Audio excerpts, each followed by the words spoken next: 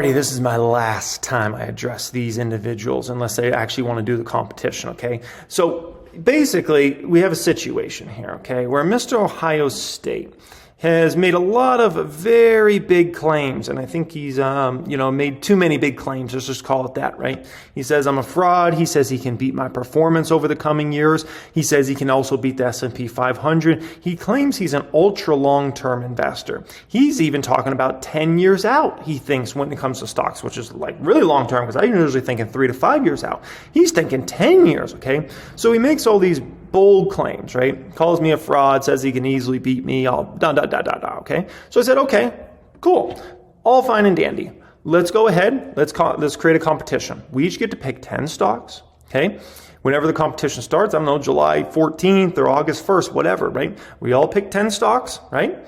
And the stock price is right there. If you get any dividend yield is right there. The total return's right there, right? We can put the S&P 500 also, since this individual thinks they can also not only beat me, but the S&P. We could put the Russell, we could put the NASDAQ, we could put some international funds, and everybody can see exactly the performance from that date this starts to, when it ends, right? Which they want to go all the way out to 10 years. So over the years, everybody can see exactly how everybody's doing, right?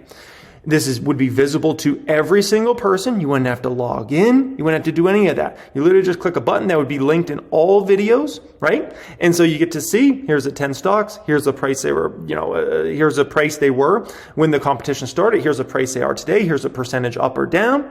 Beautiful, right? Here's the total return. Linked in every single video. All viewers have access. Every year, the loser does a video and shows proof that they gave $30,000 to charity that the winner essentially chose after every single year, right? And no trading in and out of stocks, because why should we be trading in and out of stocks? I'm a long-term investor, right? This person claims to be even a much longer-term investor than me, right? So we shouldn't need to trade in and out and this stock went up 10%, so let me sell out and now buy this stock over here. Oh, this stock went down 5% and now I'm scared, let me sell it. We shouldn't need to do that, right? If you're really that good at stock picking, you should be able to confidently beat me and just pick 10 stocks that will beat my 10 stocks, right? Why do we need to start trading in and out of positions and getting in and out and then how do taxes work in that, right? Now this individual, Mr. Ohio State, says, no, we're going to do it all in brokerages. We're only going to show once a year. People aren't going to have access to this. There's going to be trading in and out of these stocks. Okay, all right, Mr. Ultra Long-Term Investor. So now we got to get in and out of these positions, right? People aren't going to have access and we're going to show once a year. Oh yeah, this sounds great. This sounds great for the viewers that we're going to get to see this once a year. No, okay, this is horrible. Oh, and then they try to disguise this. They try to say, oh, Buffett trades in and out of stocks. Haven't you seen, the moves Berkshire makes? Dude, it's not Buffett making those moves. It's Todd and Ted, who he brought over from the hedge fund many years ago. They're the ones that trade in and out of stocks. Buffett's not out there buying Apple stock and then selling a bunch and then buying, American Express and selling a bunch and buying a bunch of Coca-Cola and selling it, okay? Buffett doesn't do that. If anything, they have to keep under 10% for certain positions, like in the banks and things like that. So sometimes if, let's say, a bank's buying back shares and Berkshire was acquiring shares and they got over 10%, they'll sell some shares to get back under that 10% for regulatory reasons. Buffett's not out there trading in and out of stocks. I'm like, geez, this guy claims he knows a lot about the market. He doesn't even literally, and then he keeps bringing up Warren Buffett's name. And I'm like, dude, you literally don't even know how Berkshire Hathaway works. You don't even know who's actually making the moves. I'm like, what are you talking about here, man? And so this individual is trying to change everything here, change everything. And I'm like, this could be so simple. Everybody has access.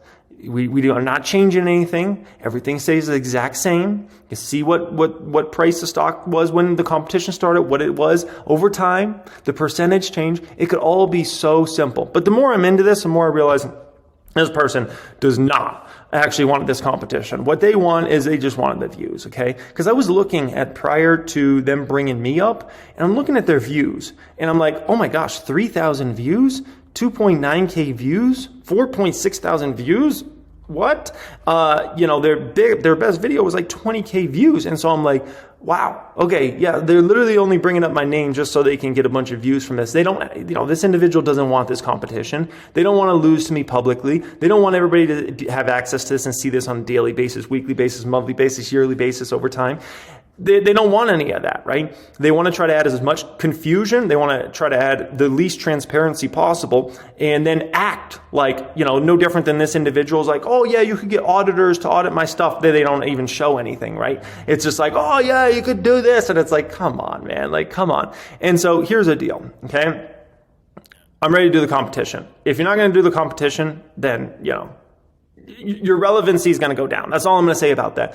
You have me involved in anything on YouTube, your relevancy goes like this, as we've seen with your views, from like 2,000, 3,000 views to you get 40K, 50K views when I'm involved, right? So you're either going to do this competition and you're going to be involved with me, or you're going to back out of this competition and say, no, it has to be this way.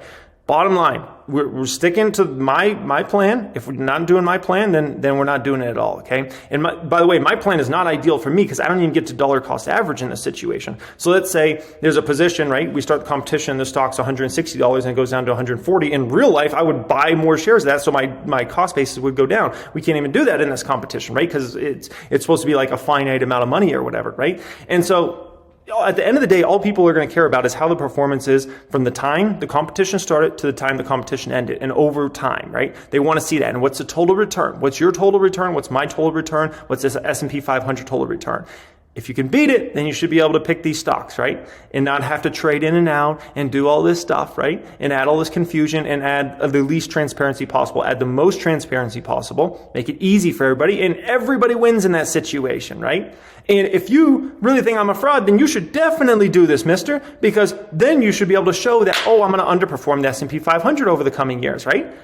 I mean, like literally you have to be not quite all there to not take me up on this challenge. If you really believe you're all that and I'm nothing, right? Plus you get all this relevancy by doing anything that's involved with me.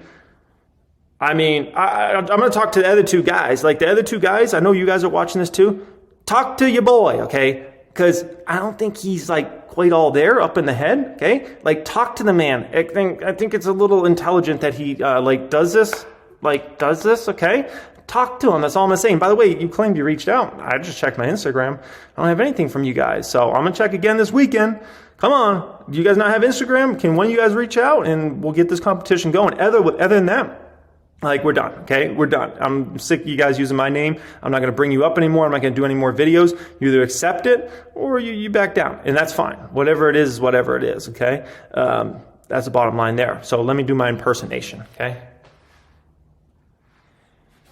Guys, Jeremy from Financial Education is a fraud. He's a clueless moron. If you don't believe that, I don't even want you watching this video. I don't even want you on my planet. You can go in a rocket with Elon Musk and his little overvalued company, and you could go to the moon, okay? Because I don't want you here. Much love as always, guys, and have a great day. Reach out. IG, it's right there, baby.